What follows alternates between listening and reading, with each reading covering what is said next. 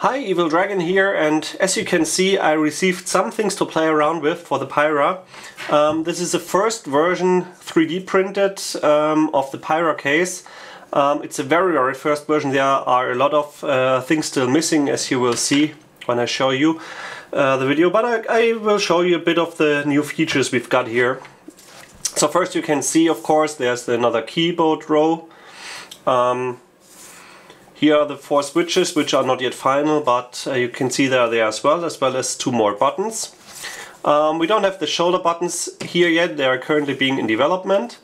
But I've got already a testing PCB, which has the most important parts on there, so we can really assemble that case. So what's new as well, this is the battery compartment, and as you can see here we've got another spot for the SIM card and SD card, micro SD card slot. The frame, of course, is a bit larger for the bigger screen, and well, the backside is mostly the same. It doesn't have the logo on there yet, but that will follow. Okay, let's first see. Ah yeah, there's another new feature. This basically is the new knob, the top. As you can see, it has a hole there, so it simply is being clipped onto the normal knob, and then that's it. It holds, it fits, and as the lower disc is a bit wider, as soon as it's put into the case, it can fall out even if it comes loose, so it will always work fine. And if you want, you can create your own knob designs and print them. Just be careful, you need a very good print. This, for example, is not accurate enough, so the knob hangs. This will of course not be with the final case. This is just because the 3D print is not that accurate. Okay, so for assembly, as said, we've got the 2 knobs here. Okay, there you go. It already fits here. The speakers area and is not final. Same with the shoulder buttons area. It already fits well with all the parts here. SD card slots, this is the UMTS antenna, volume wheel, processor is still missing, and the ports are already there and are fitting well as well. It can also be assembled already. And as you can see, this is the SIM card slot here. Can easily open and close it. This is not the correct one though. We're going to use this one because this has beneath the SIM card also a micro SD card slot, so you've got another micro SD card below here. The battery compartment, while it looks the same as the Pandora ones, is a bit more narrow. To be exact, the width of the case is the same size as the PCB of the battery, so the battery won't move left and right anymore, and then you won't have any random reboots if you hit the unit because it sits properly in here.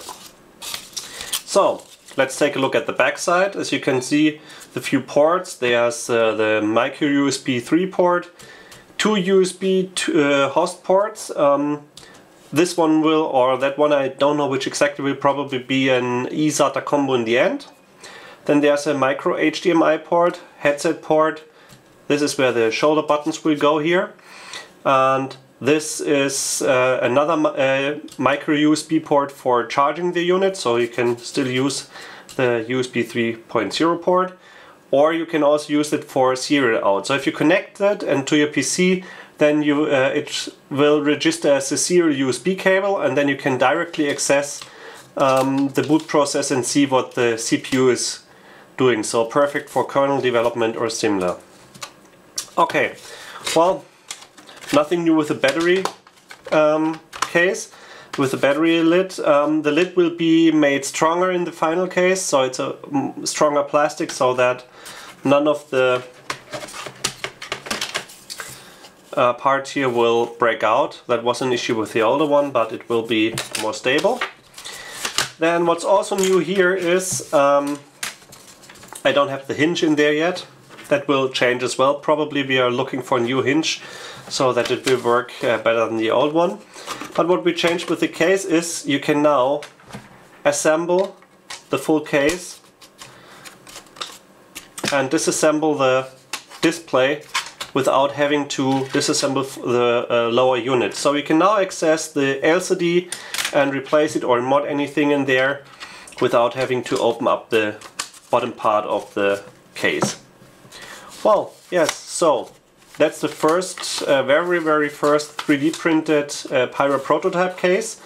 Basically it's been meant so that Nikolaus can work on the PCB and see that the CPU board, which will go on here, will fit with the width.